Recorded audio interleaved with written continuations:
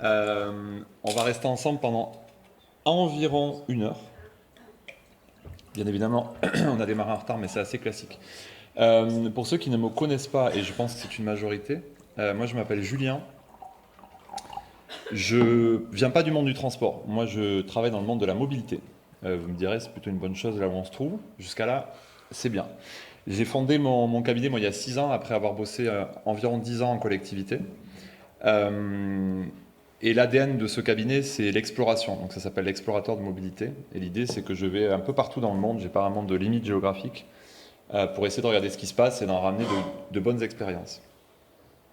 Ludo m'accorde 1 ou 2 créneaux chaque année pour essayer de faire imprégner la mobilité dans le monde du tourisme, ce qui est un énorme sujet, on va en parler aujourd'hui. Et moi, ce que j'essaie de faire ensuite en relais, c'est d'inviter des gens qui font des choses très concrètes pour venir en parler.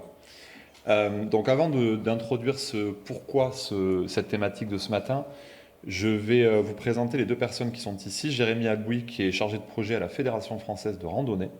Donc vous pouvez l'applaudir et le remercier d'être là. Sébastien Noll, qui est le directeur général de ViaMove et qui propulse cette belle création qui s'appelle le Gouvernail, il va vous en parler tout à l'heure. Donc merci d'être là, Sébastien. Anna Such, qui n'est pas là, comme vous pouvez le voir, qui, pour la bonne et simple raison qu'elle est à Londres. En termes de climat, on est à peu près pareil, mais c'était un peu compliqué de lui demander de faire Londres-Pau, juste, même si je pense qu'elle nous aime beaucoup. Elle ne pourra pas le dire parce qu'elle n'est pas là, mais on a essayé de limiter les déplacements. Donc elle n'est pas présente, mais on aura une vidéo qu'elle a bien voulu nous produire et qu'elle nous a aussi traduite. Donc pas besoin de faire d'efforts de concentration en anglais ce matin. Donc la salle est presque remplie. Alors pourquoi et de quoi nous allons parler ce matin, pendant 1 heure? De mobilité. Donc si c'est ça, vous êtes dans la bonne salle parce que avec le tourisme, la mobilité forme un couple assez évident. Mais malgré tout, je crois que ça fait 4 ou 5 ans que j'interviens sur ce sujet, le chemin il est quand même encore très long. Aujourd'hui, il y a beaucoup d'initiatives qui mettent en avant le transport public, donc on a beaucoup de choses qui se passent autour du train. Je ne dis pas qu'elles fonctionnent, je dis qu'on déploie beaucoup de choses autour du train. Énormément autour du vélo, on a eu beaucoup d'appels à projets, on a eu des fonds qui ont été pas mal débloqués par le gouvernement, l'ex-gouvernement, pas le nouveau. Michel Barnier apparemment n'aime pas beaucoup le vélo, mais bon, ça on verra ce qui se passe dans les mois à venir. Par contre, il y a un mode de déplacement qui en réalité est basique. C'est ce qu'on appelle la souche même de la mobilité. La cellule souche, c'est la marche. Et donc, c'est par extension le piéton. Et c'est assez paradoxal parce que, et c'est pour ça qu'on a voulu en parler ce matin, parce qu'il est assez oublié des politiques de mobilité touristique. Pour plein de raisons, qu'on va évoquer, je pense, en filigrane de cette discussion, mais c'est pas un mode, il est tellement logique que c'est pas un mode sur lequel on met le focus et c'est pas un mode sur lequel on met de l'accompagnement et encore moins de budget. Juste pour le dire, et je fais un parallèle avec le monde de la mobilité tout court, mais ça serait la même chose dans la mobilité touristique. Quand on met 4 milliards d'euros sur le vélo, on met 50 millions dans ces 4 milliards sur la marche. Donc pour vous montrer un petit peu comment c'est concerné par les politiques publiques. Alors il y a plusieurs questions qui se posent. Quel rôle peut jouer la marche dans la mobilité touristique ? Donc on va, je pense, essayer d'y répondre par des choses extrêmement concrètes. Comment est-ce qu'on soigne un petit peu le piéton ? Comment est-ce qu'on l'aide à être piéton et à ne pas monter dans une voiture ou sur un autre mode de déplacement ? Comment est-ce qu'on outille les collectivités ? Donc vous verrez, on va beaucoup parler d'outils, de solutions extrêmement concrètes ce matin. Et on va essayer de répondre à ces différentes questions. Meilleur qu'un discours, j'ai l'occasion d'être très régulièrement à Bruxelles. J'aime beaucoup les Belges, notamment parce qu'ils sont drôles, mais pas que. Et ils vont vous parler de la marche mieux que moi je le fais. Et ensuite, je vous ferai une petite introduction derrière tout ça. Et j'adore cette vidéo, donc on va commencer par là. Ça vous permet, en plus d'être tranquille et de décuver votre soirée d'hier, ça dure 1 minute 22. La liberté, c'est un voyage vers le bonheur. Un pas de plus qui nous pousse à aller plus loin. Cette liberté, nous l'avons cherchée pendant des années. We've spent years looking for an alternative mode of transport for short distances. Et nous l'avons enfin trouvée. Nous sommes fiers de vous présenter les pieds. Une technologie unique, inspirée du passé, pensée pour le futur.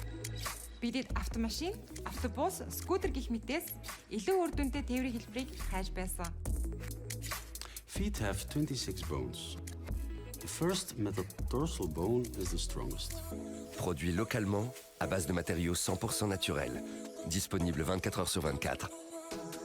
There are absolutely no limits. I can use them whenever I like. Feet are so intuitive. Honestly, I feel like I've known the product since I was born. 2 modes de verrouillage. Rechargeable partout. Feet have been tested in different situations, even in the most extreme conditions. Découvrez les pieds. Disponible dès maintenant, en bas de vos chevilles.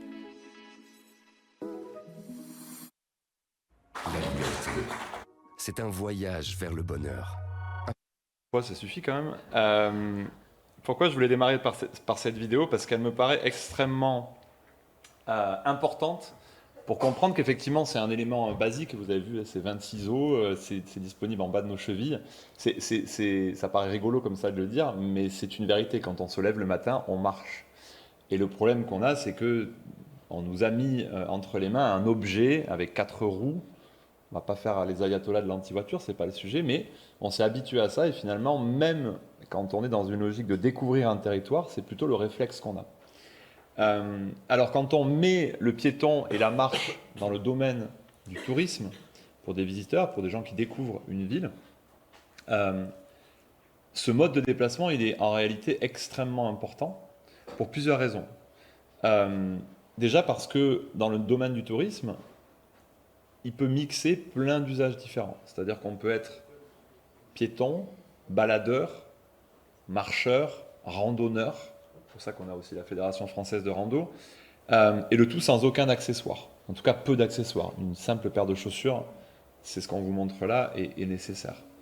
Il y a un autre élément où le piéton est très important, c'est que pour passer d'un mode à l'autre, pour passer du train au bus, du train au métro, du train au vélo, du car à la marche de randonnée, vous allez être piéton. Et ça, on a tendance à l'oublier. D'ailleurs, on le voit dans les outils d'information voyageurs. Je veux aller de chez moi à tel site touristique.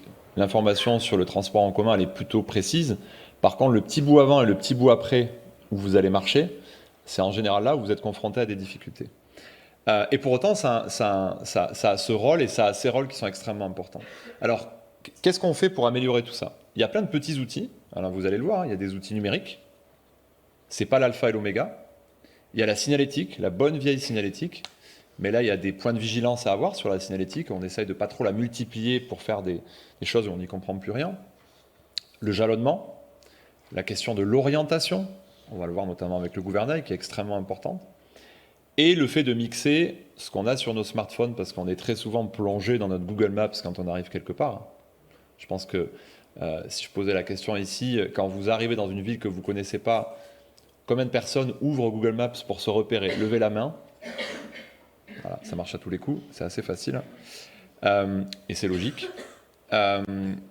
Et donc il y a un sujet de comment est-ce qu'on arrive à montrer ce qui est physique et qu'on retrouve sur le digital et vice-versa.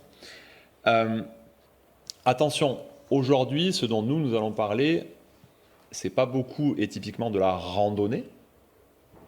C'est justement le fait de se dire comment la mobilité piétonne du touriste pour arriver sur site, pour se déplacer une fois qu'il est sur site et éventuellement pour ensuite aller se balader, est un sujet qu'il faut qu'on traite. La randonnée en elle-même, le fait d'aller faire une activité touristique est un petit peu moins notre sujet. Nous, on va vraiment parler de la marche dans une logique en partie utilitaire. Alors, vous allez le voir, et c'est là où c'est subtil, et c'est un peu de la même manière quand je parle de mobilité, il y a une petite subtilité, c'est que des fois, et c'est un sujet extrêmement intéressant, la marche utilitaire et la marche à vocation de découverte patrimoniale, la randonnée ou la balade peuvent se mixer. On peut d'ailleurs être, sans changer de chaussures, d'abord un piéton utilitaire, je vais jusqu'à l'office de tourisme, à la boulangerie, au café, et ensuite je vais faire une randonnée, j'ai les mêmes chaussures, je suis la même personne, j'ai pas plus d'équipement. Mais on n'adresse pas de la même manière un piéton utilitaire, un piéton intermodal et un randonneur.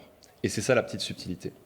Alors du coup, pour connaître un lieu, pour le comprendre, pour l'apprécier et pour essayer d'avoir une expérience qui vient mixer tout ça, nous, notre point de vue aujourd'hui, c'est ça qu'on va défendre, c'est qu'il faut maximiser la marche et il faut maximiser tous ces usages-là.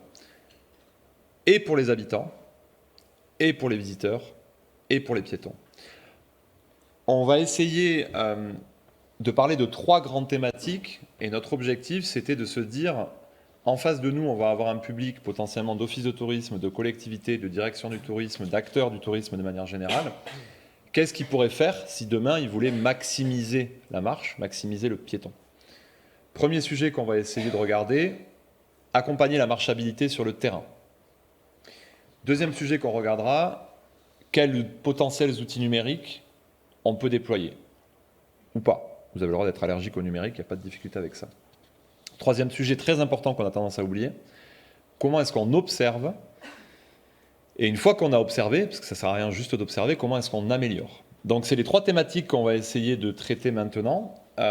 Et on prendra une dizaine de minutes de questions, si vous êtes encore parmi nous, à la fin de cette table ronde. Donc je vais maintenant me rapprocher de mes invités. Hop.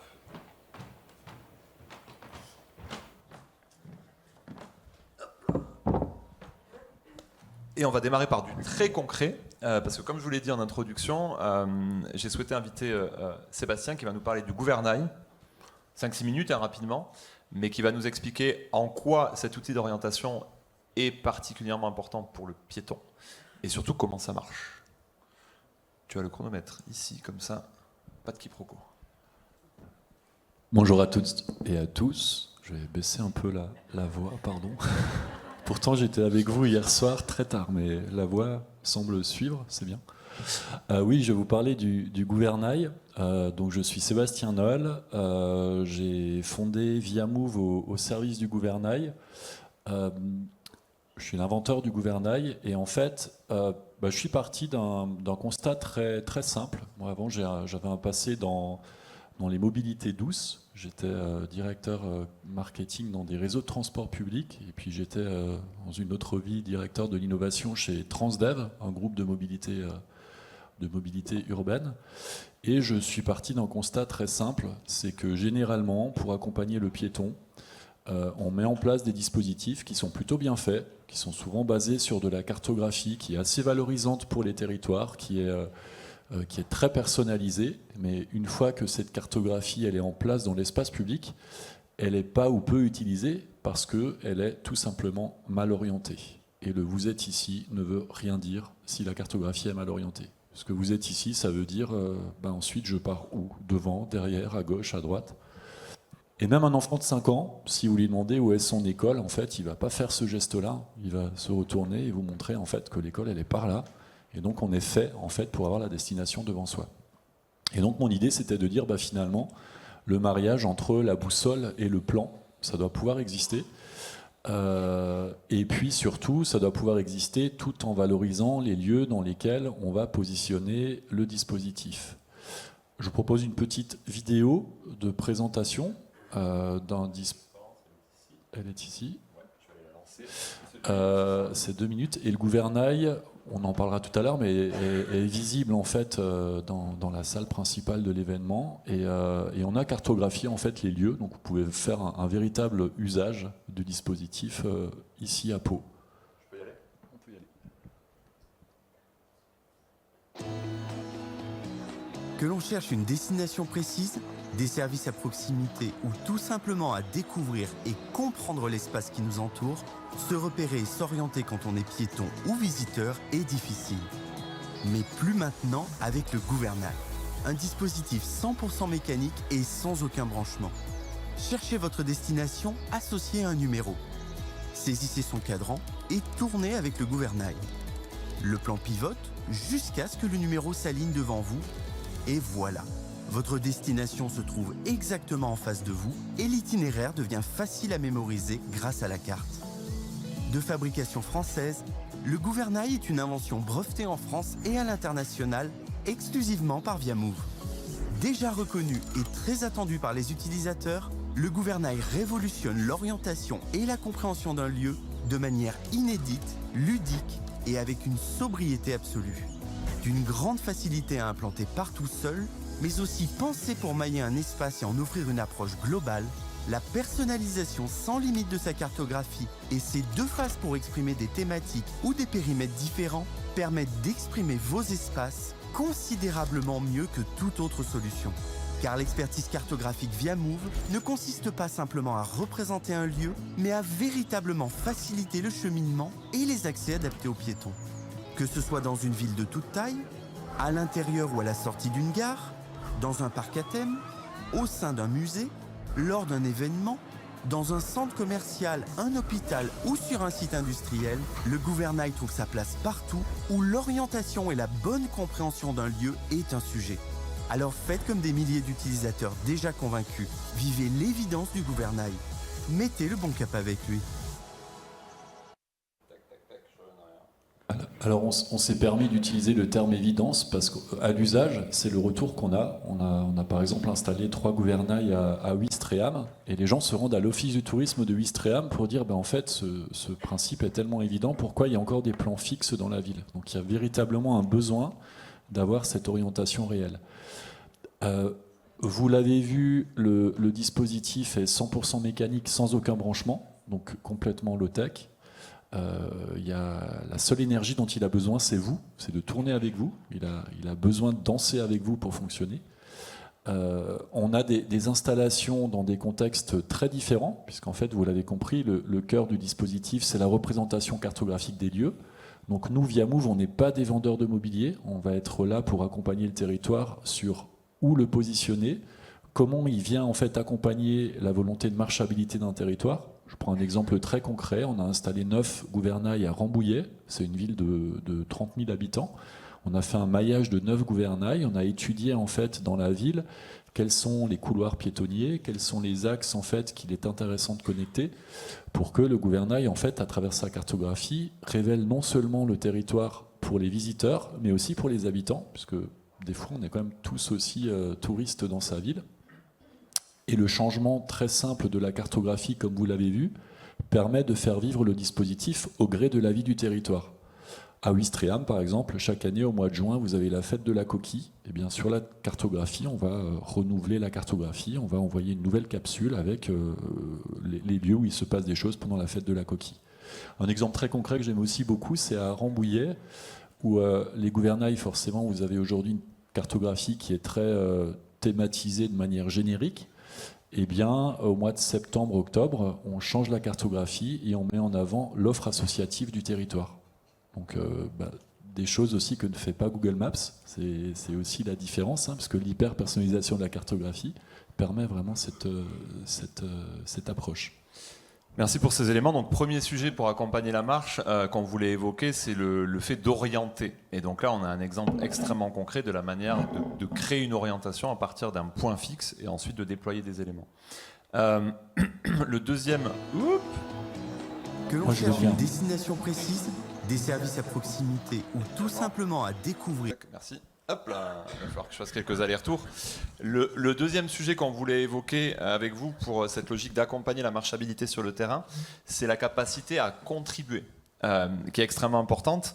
Et là, on a voulu inviter la Fédération française de randonnée parce que ce que je trouve intéressant dans la dynamique qu'ils ont en ce moment, c'est qu'ils essayent de contribuer aux enjeux de mobilité active de manière générale, c'est-à-dire de sortir un peu juste de leur idée de randonnée pour essayer de rencontrer le monde un peu plus urbain ou plus de la ville.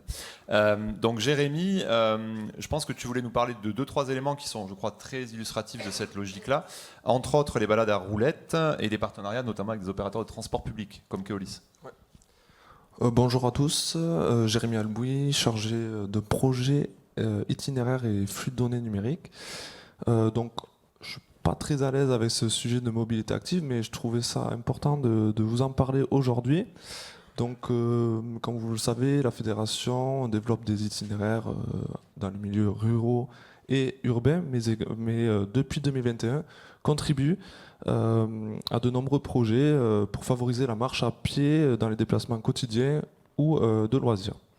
Donc aujourd'hui, 3 sujets, notamment les balades à roulettes qui a été créé ici dans les Pyrénées-Atlantiques par le comité départemental, qui vise à, on va dire, valoriser des itinéraires de moins de 5 km, accessibles à toute personne à roulette, c'est-à-dire en situation de handicap, mais également des parents avec une poussette ou même des enfants avec des petits vélos.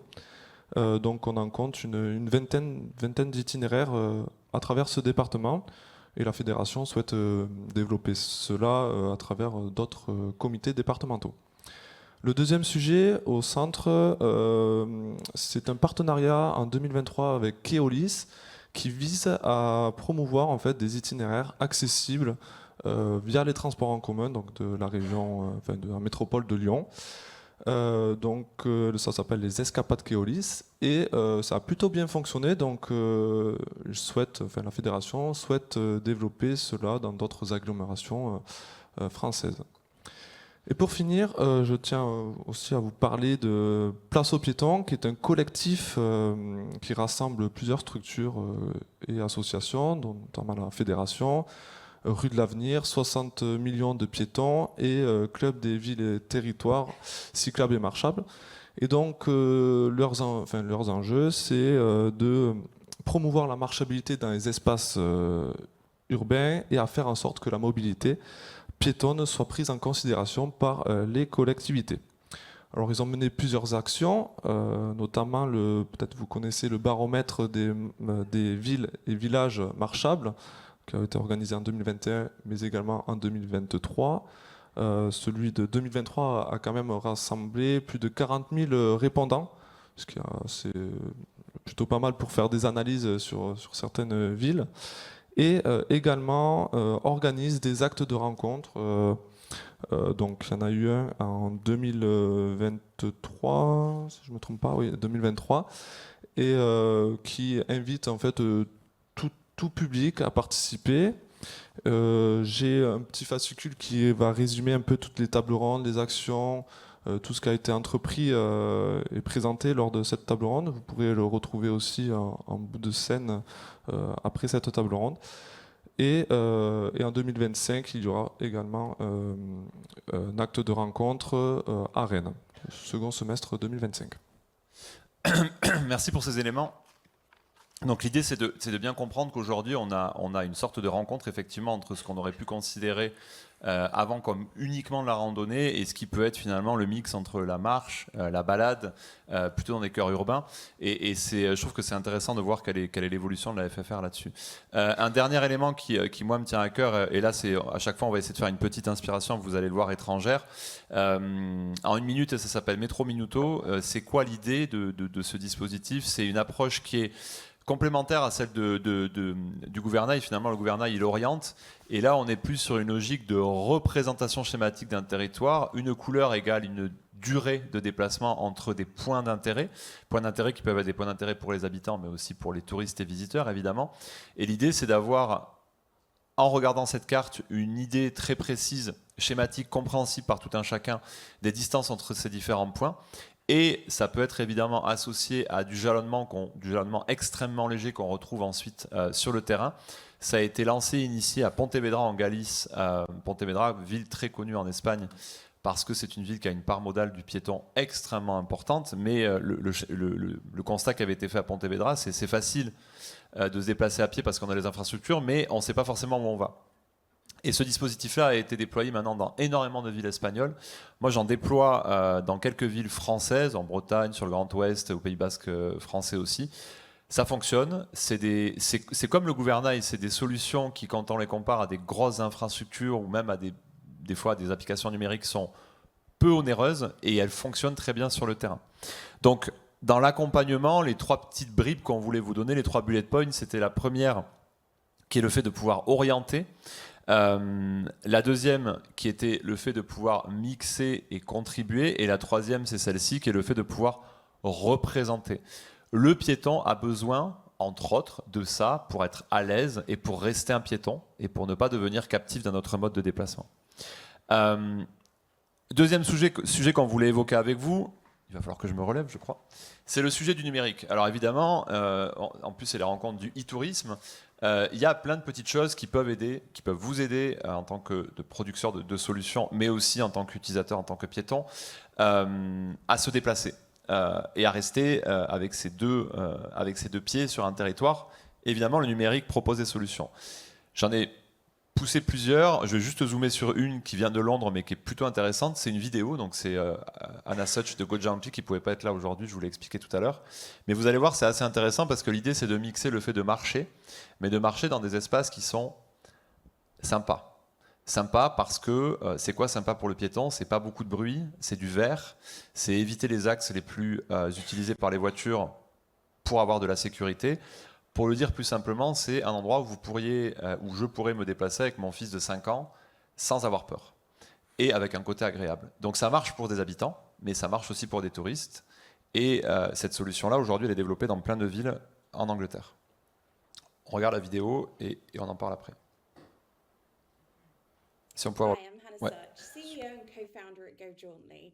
We're a multi-award-winning walking, wayfinding and nature connection app, and we're available on iOS and Android. We work with local government, public transport providers, businesses and brands to promote leisure walking and active travel.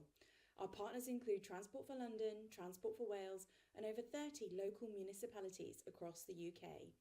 Walking, active travel, and promoting nature connectedness provide a variety of benefits, including increasing physical activity and improving mental well-being, reducing the number of short car trips, improving air quality, increasing foot traffic in town centres and high streets, boosting the local economy, and increasing the use of urban parks. Here's some of our app features. App users can find curated walks based on their location. Simple photo guides help people navigate, while nifty tips point out things of interest, hidden gems, and places to eat. Our Green Routes feature is designed for people, not cars, and creates the greenest walking routes for you so you can get from A to B the leafiest, quietest, and least polluted way, or enjoy circular green routes from your door. Our fun and accessible walking challenges have been designed to help motivate people to walk more. Nearly 90% of our surveyed app users agreed that as a result of walking for leisure, they now walk more for active travel. There are a variety of ways to work with us, and we have several partnership options targeted at local authorities, tourism providers, public health organisations, and commercial partners who want to access pedestrian behaviour data, increase local tourism and active travel on foot, drive footfall to local high streets, promote local green spaces, or digitise existing walks and create new ones. We're on a journey to transform and create easy access to walking routes throughout the world. We look forward to partnering with you on this mission. Get in touch if you have any questions. Thank you for your time.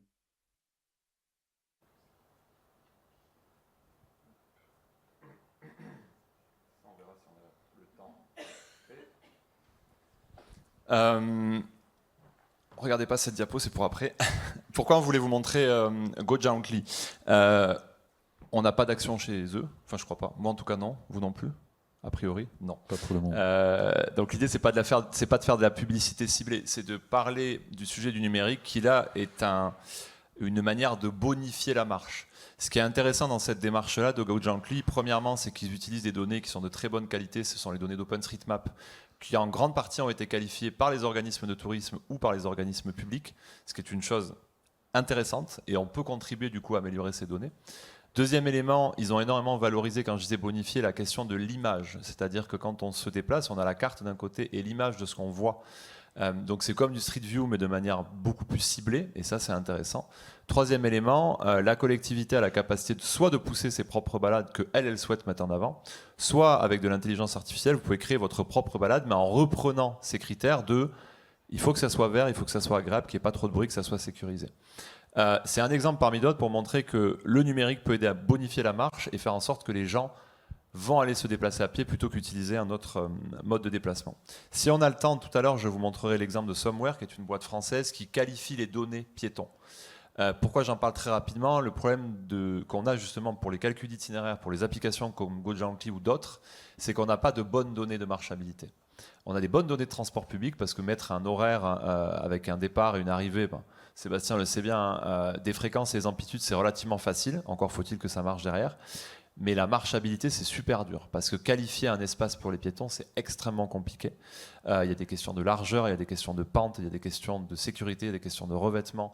J'en passe et des meilleurs. Donc c'est un gros sujet. Si on a l'occasion, on en parlera tout à l'heure. L'autre sujet qu'on voulait discuter avec vous sur la partie du numérique, et on a pris l'exemple de Outdoor Vision, c'est la question de la réutilisation. Donc Jérémy va nous en parler aujourd'hui, c'est plutôt dans un cadre bien particulier qui est plutôt sportif, mais on pourrait voir comment ça peut être réutilisé ailleurs. Pourquoi c'est important la réutilisation? Parce que à chaque fois que nous utilisons ou que les touristes utilisent des applications, en réalité, ils contribuent eux-mêmes à générer de la donnée. Il y a les données d'offres, c'est ce que nous on met dedans, et il y a les données d'usage, c'est quand on les utilise, ces applications-là, on génère quelque chose. Et donc, qu'est-ce qu'on en fait? Donc c'est une des réponses à Outdoor Vision, et on va voir comment ça pourrait être répliqué sur d'autres sujets. Ouais. Outdoor Vision est un outil développé par le pôle ressources nationales des sports de nature, détaché du ministère des Sports. Elle a vu le jour en 2019. La fédération fait partie du partenariat avec le pôle ressources pour le développement de cette plateforme. Il y a 3 phases: collecter, valoriser, diffuser. La première phase, ça va être une phase via les partenaires et fournisseurs de données. C'est les applications de téléphone lors de la pratique. On peut citer Visorando, Marando, Trail Connect, etc. Mais également aussi des contributions via les montres connectées, Garmin, Suunto, Polar, Decathlon API. Et il y a aussi des contributions, on peut faire volontaires sur la plateforme, sur le site internet outdoorvision.fr. Ensuite, toutes ces données sont valorisées, elles sont traitées, etc. et valorisées en fait sur une plateforme où on aura différentes fonctionnalités et différentes vues cartographiques. On pourra avoir une carte de chaleur, connaître les points de pause, connaître les points de départ, arrivée des pratiquants, faire une comparaison temporelle. 7 fonctionnalités. Et ensuite, cette plateforme est disponible en fait pour les acteurs, on va dire professionnels en charge du développement des sports de nature, les territoires, les fédérations, les gestionnaires d'espaces naturels, les services déconcentrés de l'État et aussi certains bureaux d'études. Merci. Et alors aujourd'hui, c'est une logique qui est sportive, hein, c'est ça? Ouais, c'est ça. Mais c'est quelque chose éventuellement qu'on pourrait calquer un jour sur une logique de mobilité active beaucoup plus classique. Oui, parce que quand on se balade, on a toujours notre téléphone dans la poche, oui, ça pourrait fonctionner. Alors l'idée de ça, c'est de dire, retenez, je pense, la pastille du milieu qui est valorisée. Je pense que c'est un des gros sujets dont on est en train de parler. Il y a l'autre diapositive. Et alors l'autre diapositive, tac. Ouais, exact. Là, ça sera un peu plus concret pour vous. À date, il y a eu 20 millions de traces brutes collectées par la plateforme, avec tous les pratiquants. On est à 900 000 pratiquants qui ont diffusé et distribué leurs traces à la plateforme. Et on retrouve sur la plateforme 12 millions de traces, parce que voilà, il y a tout ce traitement à cause il y a des anomalies, des bugs, etc. Tout ça est traité. Et on peut voir sur le PowerPoint 2 captures d'écran de la plateforme. La première, c'est une carte de chaleur Outdoor Vision, des flux de passage de marche dans la ville de Pau, plutôt randonnée. Hein. Et on peut distinguer directement les segments les plus fréquentés dans la ville de Pau. Et ensuite, à droite, vous avez les points de départ arrivés, toujours de la marche dans la ville de Pau. Et derrière, on peut faire des améliorations sur l'installation des panneaux, etc. Ça permet de connaître un peu les habitudes des pratiquants sur notre territoire. C'est un sujet qui est particulièrement important, cette réutilisation des données générées. Sachez que par exemple sur le vélo, il y a des applications comme Strava qui sont très utilisées par les sportifs, qui permettent de générer de la donnée aussi. Et maintenant, ils ont ajouté une petite case quand on crée sa trace et quand on sort à vélo, on peut dire si on est dans une logique sportive ou dans une logique de commuting domicile-travail, et ça permet de générer 2 types de données. Et c'est pour ça qu'on voulait vous montrer à Outdoor Vision, parce qu'à Outdoor Vision aujourd'hui c'est une logique qui est plutôt sportive, mais on pourrait tout à fait avoir la même démarche et la même dynamique pour de la marche utilitaire, pour la marche du quotidien, et avoir ce même genre de données. Quand on voit que 20 millions de traces brutes sont collectées, c'est juste énorme. Ces données-là, elles permettent derrière d'améliorer, de valoriser beaucoup de choses. Merci pour ces éléments, Jérémy. J'avance parce que on est un petit peu à la bourre, mais c'est pas très grave. Et là, moi, du coup, je vous refais une petite inspiration étrangère. Tout à l'heure, c'était la Galice, là, c'est la Suisse. Je voulais vous parler d'une application qui s'appelle Suisse Mobile, qui est, de mon point de vue, et pour avoir beaucoup bougé, sûrement la meilleure application de rando au minimum d'Europe, peut-être même plus. Elle intègre tous les modes de découverte d'un territoire, à savoir la marche à pied, le vélo, le ski de fond, le roller, enfin tout ce que vous pouvez vous imaginer pour découvrir un territoire ou pour le pratiquer de manière en termes de loisirs. Pourquoi je vous en parle? Non pas tant parce que là c'est une approche loisir et tourisme, mais parce que dedans, et c'est là où c'est intéressant la logique de mixer aussi, ce que je vous disais tout à l'heure, vous retrouvez aussi toutes les données de transport public du pays. C'est-à-dire, pour le dire autrement, vous êtes en train de faire une rando et votre petit en a marre ou de 5 km, il en a marre de marcher, et là c'est la galère. Vous vous dites comment on va faire, on ne peut pas revenir en arrière, on ne peut pas continuer, on ne va pas le porter. On va regarder sur l'application, il y a un funiculaire juste à côté ou une offre de transport public, un bus. Tous les horaires sont en temps réel, vous pouvez monter dedans, vous redescendez, vous finissez votre rando. Le fait de mixer les données de mobilité comme celle-là avec la marche, donc là encore une fois j'ai ciblé la rando, mais il y a la même chose pour le vélo, le roller, etc. Le roller étant un peu une version augmentée du piéton. Ça permet de se dire que marcher est facile parce qu'on a aussi la capacité potentiellement de rentrer avec un autre mode de déplacement. Et cette application, elle est aussi extrêmement bonne sur les itinéraires pour mixer justement entre 2 modes de déplacement la partie qu'on réalise à pied. Donc je vous encourage, franchement, vous la téléchargez, vous ne géolocalisez pas et vous la testez, c'est juste bluffant à utiliser. Et là aussi, c'est des données en majorité publiques, maîtrisées par la collectivité, donc c'est plutôt très très bien. Troisième sujet qu'on voulait évoquer avec vous, donc on a parlé de la première partie qui était accompagnée, la deuxième partie qui était le rôle du numérique, la troisième partie observer, améliorer, valoriser aussi peut-être. Donc là, on voulait vous parler de plusieurs démarches aussi. Donc on vous donne plein de petits ingrédients à consommer. On mettra à disposition aussi des ressources après si vous voulez aller plus loin. Mais l'idée, c'est que vous puissiez avoir plein de petites idées en sortant d'ici. Le premier sujet, on l'a un petit peu évoqué tout à l'heure, mais Jérémy va rentrer un peu plus dans le détail. C'est l'Observatoire de la marche et de la rando, qui est un outil puissant et hyper important.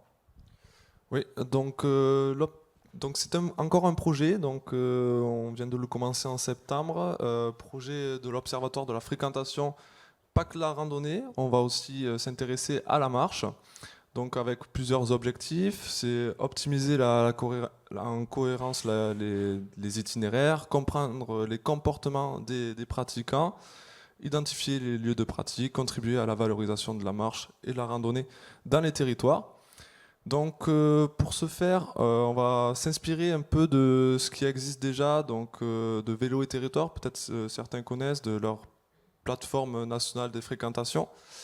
Aussi on a recensé plus de 1500 éco-compteurs piétons ou mixtes répartis sur l'ensemble de nos itinéraires, mais également sur le territoire. Donc après, derrière, ça va être d'analyser toutes ces données et donc de les valoriser. Et également potentiellement mutualiser avec d'autres outils de comptage, notamment avec Outdoor Vision. Et ensuite, on souhaite mettre ces données à disposition, soit tout public, soit pour les comités, donc avec une cartographie de tous les éco-compteurs qui ont accepté de partager leurs données, un tableau de bord de données et des rapports sur la pratique à différentes échelles. Ouais, parce qu'il faut le rappeler, les éco-compteurs, donc ça c'est une boîte française, ils sont bretons, ils sont à Lannion, savent aussi compter les piétons. Donc ils ne savent pas compter que les vélos, d'ailleurs ils savent même faire la différence entre les types de vélos maintenant, mais ils savve aussi compter les piétons. Ça en est où là la démarche? C'est quoi le calendrier? Est-ce que tu sais ou Ouais, je pense que là... C'est le début? Ouais, c'est le début, mais là, je ne veux pas dire pas de faux espoirs, mais peut-être en fin 2025 on aura une PNF, on espère. Et ça veut dire que ça, tout le monde peut essayer d'y contribuer et rentrer dans le jeu pour essayer de contribuer. C'est ça, voilà. Après, c'est les propriétaires qui doivent jouer le jeu et pour autoriser, comme ils l'ont fait pour Vélo et Territoire, leur utilisation de accessible. Ouais, c'est ça. Donc démarche extrêmement concrète. Avant qu'on lance cette seconde petite vidéo, l'idée aussi dans la partie d'observer et d'améliorer, c'était de se dire comment est-ce qu'on peut utiliser des outils comme le gouvernail, qui sont des outils physiques, là pour le coup on sort du numérique, on sort de la relève de données, pour enquêter, pour avoir un avis, pour savoir comment c'est ressenti, à quoi ça sert et comment on l'améliore. Exactement. Tu me dis quand est-ce que je lance la vidéo. En fait, on a deux phases d'observation. De notre côté, on a une première phase d'observation qui est, ça y est, ça fonctionne. D'observation qui est en fait celle qui nous permet de positionner le gouvernail au bon endroit pour la bonne situation. On l'a vu tout à l'heure, hein, les contextes peuvent être différents. Vous l'avez vu, dans des contextes très urbains, on est aussi en train de travailler sur des gouvernails qui vont remplacer des tables d'orientation, souvent des dispositifs très lourds à mettre en place, très compliqués à changer. Et tout ça fait qu'on a ces deux phases d'observation et d'étude. La première, c'est la véracité du positionnement du gouvernail pour qu'il en fait soit utilisé au bon endroit pour la bonne raison. Et bien évidemment, la deuxième phase d'observation que l'on fait, parce qu'en fait la version industrialisée du gouvernail est sortie il y a 1 an et demi, c'est quel est l'usage qui en est fait. Alors nous on axe vraiment plutôt sur des observations qualitatives plutôt que quantitatives. J'aime bien la remarque de Madame le maire de Rambouillet qui nous dit moi en fait savoir combien de fois le gouvernail a été tourné par jour, je m'en fiche. Ce que je veux savoir, c'est est-ce qu'à 4-5 personnes qui arrivent en gare de Rambouillet, ça a amélioré l'expérience de compréhension et de valorisation du territoire. Donc on fait beaucoup de phases d'observation avec des enquêtes. On a aussi des QR codes sur les gouvernails qu'on installe pour avoir des retours. Et on a des retours très intéressants en termes de quantité, ce qui est très rare. En fait, on a installé 2 gouvernails de manière pérenne à la gare Montparnasse. Et la direction de la gare nous disait c'est très rare qu'en fait les gens participent pour les choses qu'ils apprécient. Et on a des retours assez intéressants par rapport à ça. Et bien évidemment, ces retours servent pas à se gargariser en disant c'est chouette, on l'a mis au bon endroit, mais servent aussi à améliorer le produit. Parce qu'en fait, en termes de design, en termes d'approche, quand je dis design, c'est pas simplement la forme de l'objet, c'est aussi le design de la cartographie. C'est est-ce qu'on représente bien l'espace? Est-ce que les pictos sont compris par tout le monde? Est-ce qu'une personne qui parle d'une langue étrangère ou qui a du mal en fait avec la visualisation d'éléments s'y retrouve? Et donc on cherche vraiment à améliorer tout ça. Et juste un mot aussi, on n'en a pas beaucoup parlé, on n'a pas beaucoup parlé d'accessibilité, mais l'idée c'est aussi que nos éléments soient accessibles pour le plus grand nombre. L'universalité c'est très important. C'est pas seulement le handicap physique, hein. Dans ma vie d'avant, chez Transdev ou en créant le gouvernail, je bossais avec beaucoup d'associations, des gens qui ont des déficiences visuelles, mentales, qui les pénalisent souvent dans l'usage d'un certain nombre d'éléments dans l'espace public, et on est très très sensible à faire en sorte que le dispositif souligne cette part d'universalité. Là, on va regarder une petite vidéo du gouvernail, de 3 gouvernails, enfin un des 3 gouvernails installés à Ouistreham, où on a en fait des retours très intéressants. C'est un peu ce que je vous disais en introduction, où en fait les gens se rendent à l'Office du tourisme pour dire mais en fait c'est super, pourquoi vous avez encore des plans fixes et pourquoi il n'y a pas plus de gouvernail dans la ville? Donc il y a un vrai retour en fait de la part des utilisateurs vers les OT pour souligner le caractère intéressant du dispositif positionné.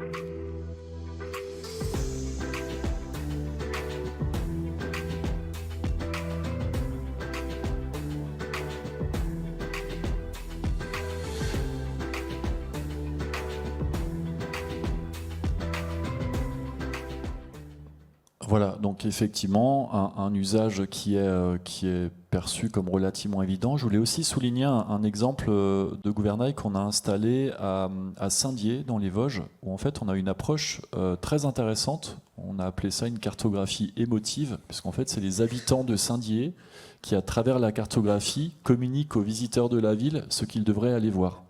Tiens, vous devriez aller voir à 19h sur ce banc, il y a un coucher de soleil sur la chaîne, la ligne bleue des Vosges.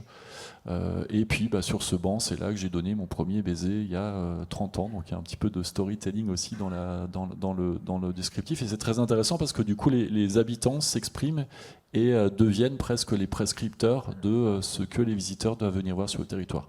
Je souligne cet aspect parce que ça met en avant l'hyper-valorisation qu'on peut faire quand on personnalise une cartographie et quand on sort du contexte très froid d'une cartographie que vous impose Google Maps. Je te pique le micro du coup, on partage. Et dernier élément avant de prendre les questions, là aussi je voulais refaire une petite inspiration étrangère très rapide et qui peut avoir un vrai intérêt notamment pour les offices de tourisme. C'est un petit truc qui s'appelle Telram, c'est fait par des Belges. Alors, désolé, j'aime bien les Belges donc j'en mets à toutes les sauces.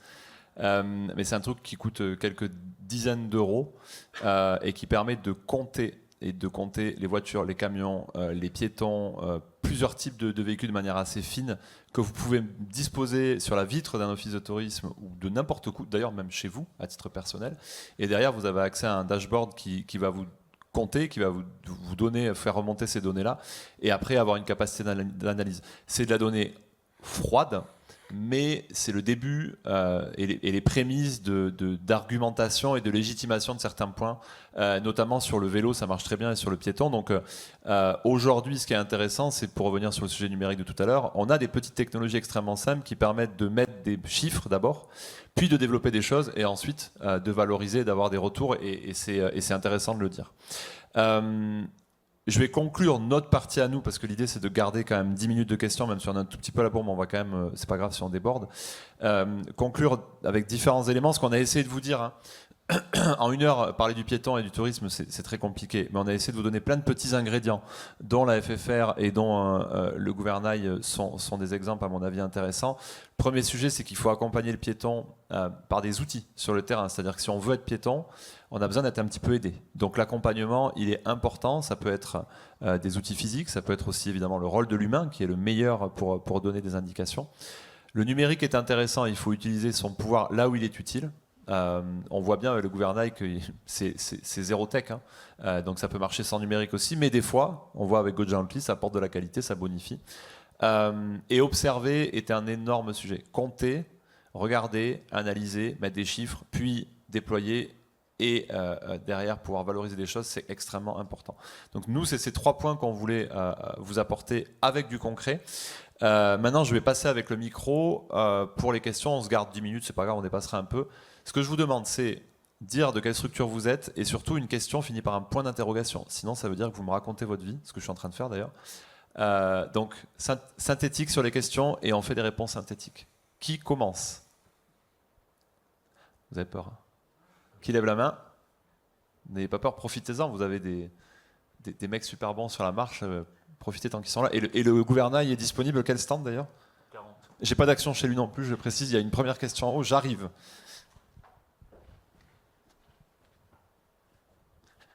Ça aurait été sympa de faire une question en bas quand même. Comme ça, vous marchez un peu. C'est bien. Alors Catherine, moi je suis belge et je travaille au commissariat général au tourisme, donc pour la valorisation de tout ce qui est itinérance dans le sud du pays, donc la Wallonie. J'ai une question sur le gouvernail. Avec quelle facilité est-ce qu'on peut modifier l'affichage, parce que la carto est très figée, donc c'est vrai qu'il y a ça subit du vandalisme, machin, etc. Donc c'est très difficilement modifier son utilisation. Avec quelle facilité est-ce qu'on peut passer de la carto à l'événementiel, etc. J'ai du mal à m'imaginer. Alors, on l'a vu sur la vidéo au début, mais je vous le montrerai sur le gouvernail. En fait, on a un principe de capsule très simple, parce que le mobilier, peut-être si on peut mettre une photo du mobilier, le berceau haut et le berceau bas de la partie haute du mobilier se désolidarisent, libèrent une capsule, et en fait on fait vivre le dispositif au gré de la vie de la cité, ou au gré aussi, par exemple, de l'obsolescence des informations. Il peut y avoir effectivement cartographiquement des bâtiments qui changent de fonction ou autre, mais il peut aussi y avoir des sujets événementiels. Je prenais l'exemple tout à l'heure à Ouistreham de la fête de la coquille, où pendant la fête de la coquille, on va modifier la cartographie, on va mettre en avant ce qui se passe pendant la fête de la coquille. Et en fait, de manière très simple, il y a un principe de capsule. Les deux parties, donc le cadran que vous voyez en haut, se désolidarise en deux, libère une capsule, on va envoyer la nouvelle cartographie. Ça prend 3 minutes pour la changer. Vous ressortez l'ancienne capsule, vous mettez la nouvelle, et en fait, on fait vraiment vivre le dispositif au gré de la vie. C'est un dispositif vivant. C'est en fait ce que je souhaitais absolument pas, c'était un gouvernail figé, mettre une cartographie et puis devoir la subir pendant 10 ans. C'est pas le principe. Le principe, c'est bien de pouvoir changer très facilement de cartographie. Question simple, réponse simple. D'autres questions avec un S? Alors attendez, je prends celle de devant d'abord, c'est moche, hein, mais il y en a une encore derrière. Hop là. Je vais vous embêter 2 secondes, excusez-moi. Capucine de Normandie Tourisme, je voulais savoir, est-ce que ça pouvait être adapté avec des parcours plus sportifs autres que la marche et inclure en fait des parcours par exemple trail sur votre cartographie? C'est une très bonne question. Effectivement, après, la cartographie, on lui fait dire ce qu'on veut. Donc, on peut partir aussi sur des parcours sportifs. Donc, on peut décrire des parcours sportifs. On peut jouer sur des échelles différentes. On peut avoir des échelles. Le gouvernail, il est recto verso. On peut très bien avoir un côté une échelle très large avec le parcours sportif dans sa totalité, une vision en fait de mon point de départ vers mon point d'arrivée. Et puis de l'autre côté, avoir une vision un peu plus zoomée, par exemple, avec les prochaines étapes de mon parcours sportif. Donc oui, c'est complètement adapté. On est en train de travailler avec aussi dans la logique vélo, avec des pistes cyclables, pour révéler, en fait, on n'a pas utilisé le mot révéler, on a beaucoup parlé du mot valoriser, mais j'aime bien aussi le mot révéler, pour révéler en fait des richesses qu'on n'avait pas forcément en tête ou qu'on n'a pas forcément en visualisation. Je suis par exemple sur la Via Rhôna, j'ai le Rhône à ma droite, j'ai un village avec une église romane au-delà du Rhône, et bien peut-être qu'à travers le gouvernail, je vais découvrir qu'en traversant le Rhône à cet endroit-là, je vais pouvoir aller voir cette église romane. Donc oui, on a l'adaptation possible aussi au parcours sportif. Est-ce que vous avez d'autres questions? Il nous reste officiellement 1 minute, mais un peu plus. Vous avez rien d'autre à faire après? Non? Bon, vous pouvez rester. Bonjour, Céline Castel, Charleroi Métropole, également belge. J'ai une question J'ai une question en fait concernant les itinéraires. On a beaucoup parlé forcément, c'est le sujet de comment est-ce qu'on embarque les touristes sur des itinéraires, mais comment est-ce qu'on se fait aussi pour valoriser les itinéraires à destination de mobilité pour les locaux, parce que souvent il y a des applications pour les touristes, et en fait les locaux, quand on crée des itinéraires, pourraient très bien s'en emparer pour des objets de mobilité. Et souvent, on n'arrive pas à les faire adhérer à ça. Est-ce qu'il y a des solutions que vous connaissez? Alors, moi, à ma petite échelle avec le gouvernail, nous, on a des contextes où on travaille sur ce qu'on appelle l'intermodalité apaisée. C'est-à-dire, effectivement, un exemple très simple, je pense que les micros apprécient pas si, ça y est. Contexte très simple, c'est vous sortez d'un métro, vous avez besoin de prendre un bus, un tram ou un autre mode de déplacement, toute la mobilité douce. Et en fait, nous, on va thématiser la cartographie pour qu'elle soit simplement zoomée sur les solutions de mobilité autour de soi. Et donc de participer effectivement à cette intermodalité, à cette facilité d'accès d'un point à un autre. C'est vrai que c'est le vrai problème aujourd'hui dans les applications et autres, c'est la justesse des données de l'offre de transport public ou autre. Nous, à notre échelle, avec la personnalisation qu'on peut faire sur un lieu précis, on est assez obtus sur cette question-là.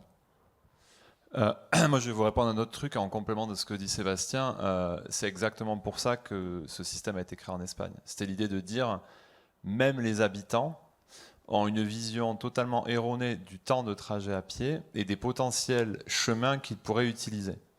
Et donc l'idée de Métro Minuto, qui est un concept libre de droit, c'est-à-dire que tout le monde peut l'utiliser, c'est de dire on va rendre facile la compréhension du territoire, de ses points d'intérêt, et pour les habitants et pour les touristes, c'est-à-dire de manière, et tout à l'heure ça a été dit ce terme par Sébastien, universelle, donc de mixer les deux publics pour pouvoir se rendre dans les différents points d'intérêt d'une ville. Ce qui est intéressant, moi, pour en déployer quelques-uns, c'est que ce que je fais, c'est quand on concerte avant de choisir les points d'intérêt, je fais venir les gens de la mobilité, du bâtiment, du logement, etc., et du tourisme. Et on essaie de mixer, en fait, d'avoir des points d'intérêt qui répondent un peu à tous les publics.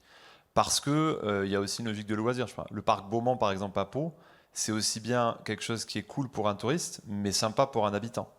Et donc, il faut réussir à trouver ça. Donc, effectivement, il y a plein de manières de le faire. Ce qui est sûr, et par rapport à ce que dit Sébastien, c'est que le numérique, là-dessus, a des limites. Je vous encourage vraiment, on n'a pas eu le temps, mais d'aller regarder ce que fait Somewhere, Somme comme Somme, et W-A-R-E. C'est un breton, Bertrand Gervais. Donc, c'est Made in France. Lui, il bosse sur la donnée piéton de marchabilité qui est super compliqué à gérer. Ils ont fait des trucs super à Lorient, à Brest notamment. Je vous encourage vraiment à les regarder parce que là, pour le coup, c'est aussi tout à fait orienté pour un touriste ou pour un habitant. Ça répond aux deux sujets. Le piéton, je voulais appeler cette séquence « Le touriste est aussi un piéton ». Le piéton est aussi un touriste ou un habitant. Donc, il ne faut vraiment pas avoir une vision cloisonnée des choses. Et c'est ça, je pense, la subtilité du sujet dont on parle. Est-ce que... Et j'étais ravi qu'il y ait plein de Belges dans cette salle, mais c'est incroyable. Et ça, c'est grâce à la grande vitesse qui arrivera un jour à Pau, peut-être.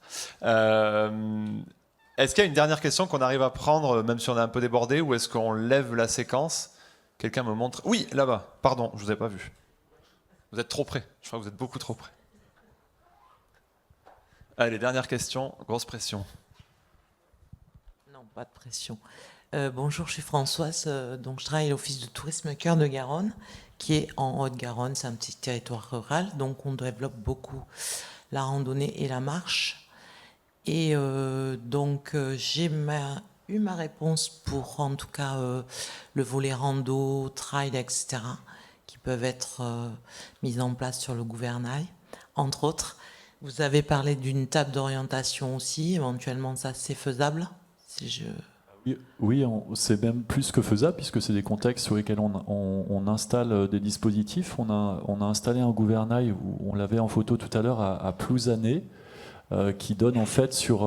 voilà, vous l'avez à droite, qui donne en fait sur la rade de Brest, avec une visualisation des différents forts et des différentes richesses qu'on voit en fait devant soi. Et puis dans l'index, dans la légende, vous voyez un petit descriptif, en fait, voilà, par là il y a le fort de Cornouailles, voilà ce que vous pouvez voir au fort de Cornouailles.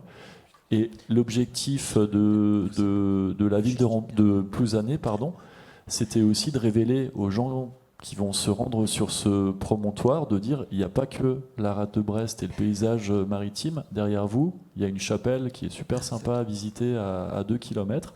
Et donc avec cette logique 360, c'est pour ça que j'utilisais tout à l'heure le terme de révéler aussi le territoire, pas que le valoriser. Des fois, on peut habiter à 5 km d'un lieu et on découvre en fait des choses parce que on a des systèmes qui le permettent. Et là, la logique 360 permet de révéler. Donc oui, le contexte table d'orientation, c'est un contexte sur lequel on travaille assez régulièrement. Donc à 360, et c'est ça, si j'ai bien compris, ça peut être vu des Pyrénées, exemple avec tous les pics, et derrière on peut travailler aussi sur les richesses du territoire qui sont... Exactement. Okay. On installe la semaine prochaine un gouvernail devant la porte d'entrée de l'Office du tourisme de Chamonix. Et à Chamonix, donc il y a cette double fonctionnalité, à la fois de visualisation de ce que je peux faire à Chamonix en termes de visite, de commerce et autres, et puis une deuxième échelle un peu plus large où je vais avoir la visualisation des chaînes de montagne, et en fait, logique de pédagogie aussi, d'apprendre les chaînes de montagne. Sur la terrasse là, du palais, avec la visualisation, ça serait un spot parfait pour moi, si les organisateurs m'entendent. Pour l'année prochaine, je suis disponible. Et bim, placement de produit. Ce coup-ci, 10h05, on va vous lâcher. Alors évidemment, c'est frustrant de parler, d'avoir 1 heure pour parler de piétons et de tourisme, parce que le sujet est extrêmement vaste. N'hésitez pas aussi à aller regarder sur le site de la Fédération française de la rando tout ce qui est en train de se passer, de la rencontre entre la rando, la marche, la balade. Je pense est extrêmement intéressant et montre qu'on rentre, je pense, dans une nouvelle approche. Des outils comme le gouvernail, vous les avez au-dessus, donc allez faire un tour. Voilà, le seul message qu'on a essayé de vous faire passer, c'est n'oubliez pas le piéton. Ça paraît bête. Revisualisez-vous cette vidéo de Bruxelles Mobilité, qui je pense est géniale, mais qui est la meilleure illustration de ce qu'on a essayé de dire ce matin. Le touriste est aussi un piéton, l'habitant est un piéton. Essayez de l'aider et de favoriser tout ça. C'est quand même le mode le moins carboné, qui dépend le moins d'accessoires et qui est le plus vertueux pour les territoires et le moins conflictuel. Voilà. Merci de votre attention. Vous avez été très studieux, mais je pense que vous étiez très fatigués. On vous libère. Je vous souhaite une excellente journée.